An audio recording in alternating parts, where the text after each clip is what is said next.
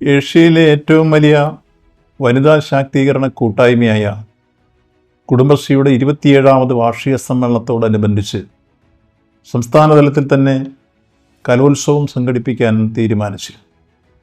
6ാമത്തെ കലോത്സവമാണ് അക്ഷരനഗരിയായ കോട്ടയത്ത് വെച്ച് ഈ മാസം 26, 27, 28 തീയതികളിലായി നടക്കുന്നത്.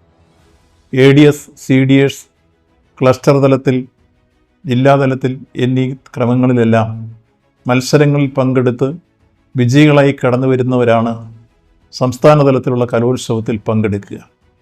ഒരുപക്ഷെ നമ്മുടെ സംസ്ഥാനത്ത് സ്കൂൾ യുവജനോത്സവം കഴിഞ്ഞാൽ ഏറ്റവും കൂടുതൽ പങ്കാളിത്തമുള്ള, ഏറ്റവും കൂടുതൽ കലാമൂല്യമുള്ള, വൈവിധ്യങ്ങളായ ഉള്ളടക്കത്തോടു കൂടിയ കലോത്സവം കുടുംബശ്രീ അയൽക്കൂട്ടങ്ങളുടേതായിരിക്കും.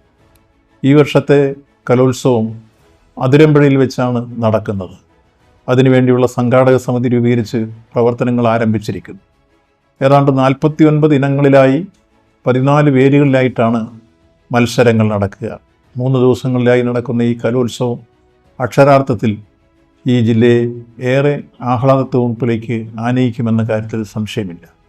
കുടുംബശ്രീ അയൽക്കൂട്ടങ്ങളുടെ ഈ സർഗോത്സവത്തിൽ പങ്കെടുക്കാൻ നാടിൻ്റെ നാനാഭാഗത്തു നിന്ന് എത്തിച്ചേരുന്ന കുടുംബശ്രീ പ്രവർത്തകരുടെ വരവ് കാത്ത് ആതിഥേയ സംസ്കാരം ഉയർന്ന രൂപത്തിൽ ഉയർത്തിപ്പിടിച്ചുകൊണ്ട് തന്നെ അതിരമ്പുഴ അണിഞ്ഞൊരുങ്ങിക്കഴിഞ്ഞിരിക്കുന്നു.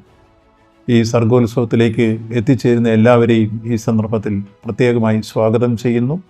ഏറ്റവും വിജയകരമായി ഈ സർഗോത്സവം പൂർത്തീകരിക്കാൻ കഴിയട്ടെ എന്ന് ആശംസിക്കുന്നു. നന്ദി, നമസ്കാരം.